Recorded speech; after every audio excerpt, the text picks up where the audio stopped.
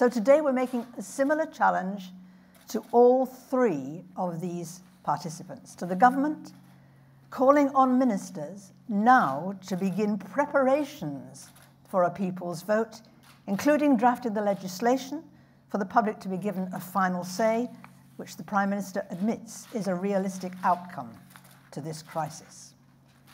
To the European Union, we're calling on it to begin discussions on Thursday to extend Article 50 so that our democratic process has time and space needed to explore that option.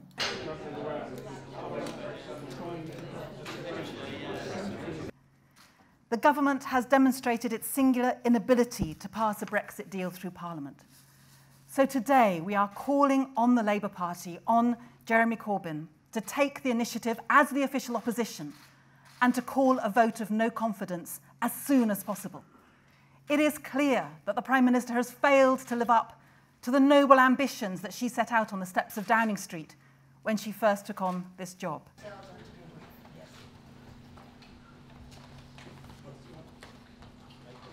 And that when you look at the UK government's own analysis, and in every possible Brexit scenario, people are going to be poorer. People are going to lose their jobs. And sad to say, if that becomes the reality, it is the government that will be responsible for putting people on the dole. And each and every one of us as parliamentarians, first and foremost, have got a responsibility to look after the economic interests of our constituents. Can I ask Anna? What is...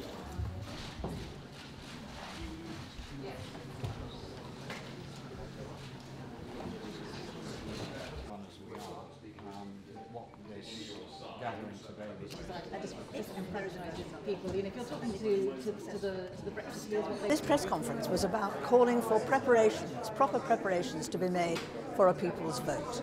And we were calling not just on Jeremy Corbyn to consider whether he wants to go for a vote of no confidence, but certainly to endorse the notion of a people's vote, but also on the European Union and on the government to make preparations. The government is making preparations, as they should, in case the option of no deal were to come about. They're not making any preparations for a people's vote, and they ought to be.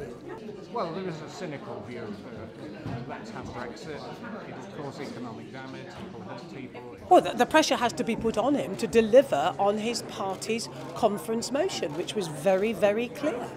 The thing is, the Labour Party voters, members we know, support a people's vote overwhelmingly. I mean, I think the last poll was something like 94%. So, no, Jeremy's got to step up. He always says you'll listen to his members. Well, get on with it.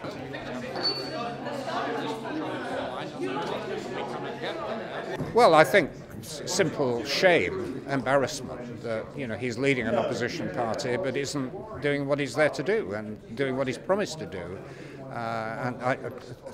He may not be listening to me, but he will certainly, I think, listen to senior and responsible people of his own party like Margaret Beckett.